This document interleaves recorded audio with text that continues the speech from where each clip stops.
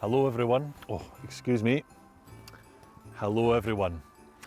In this year 2020, we've got used to all these kind of things, face coverings, social distancing, and the COVID-19 pandemic has affected us all around our nation, all around the world, and even here in West Kilbride. I hope you've been okay and you've been keeping safe. One of the things that we really look forward to at this time of year in the run up to Christmas is our nativity play. The children from the school usually put on a wonderful nativity play with all the parents invited, but unfortunately we're unable to do that because of COVID restrictions this year. However, we were able to get access to the school and we're very grateful to the school for allowing a few of us to go in.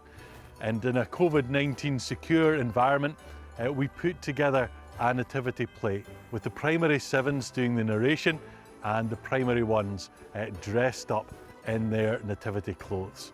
We thought it was really important to be able to share the greatest story ever told and to allow you to see some of your children being able to share that story. So a big thank you to all the primary 1s, the primary 7s who were involved. A big thank you to the school for allowing us access as well. Now, what you might not notice from the film is actually it was a really horrible day. It was raining down, it was freezing cold. The kids just did so well. And so we did the best that we could to get the footage for our nativity play. So we hope you enjoy the nativity play that we're about to show to you. And it's called This Is How It Happened. Christmas is a time when we remember how Jesus, God's Son, was born in a stable in Bethlehem. Today we are going to tell the story of Jesus' birth together. So this is how it happened. A long time ago, a girl called Mary and a man named Joseph were travelling to a small town called Bethlehem. The emperor's soldiers had told everyone that they must go back to the place they were born so that they and their family could be counted. Joseph knocked on the door of an inn. "Have you any rooms, please?" he asked the innkeeper. The man shook his head. "Sorry," he said, "we're full up." Joseph knocked on another door. "Have any rooms, please?" he asked the innkeeper. "Sorry," said the man, "we're full." He tried another, and another, and another. All the inns were full. There was nowhere for them to stay.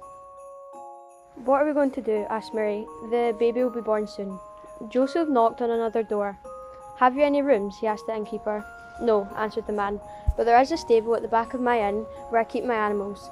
It's warm and dry in there and you could rest on the hay if you like." "Thank you," said Mary and Joseph gratefully. "That's very kind of you." That night, Mary's baby was born. She cuddled him gently and wrapped him snugly in pieces of cloth to keep him warm. Then she used the animal's wooden feeding trough as a cradle. Mary looked at her baby and smiled. He was so beautiful. She called him Jesus.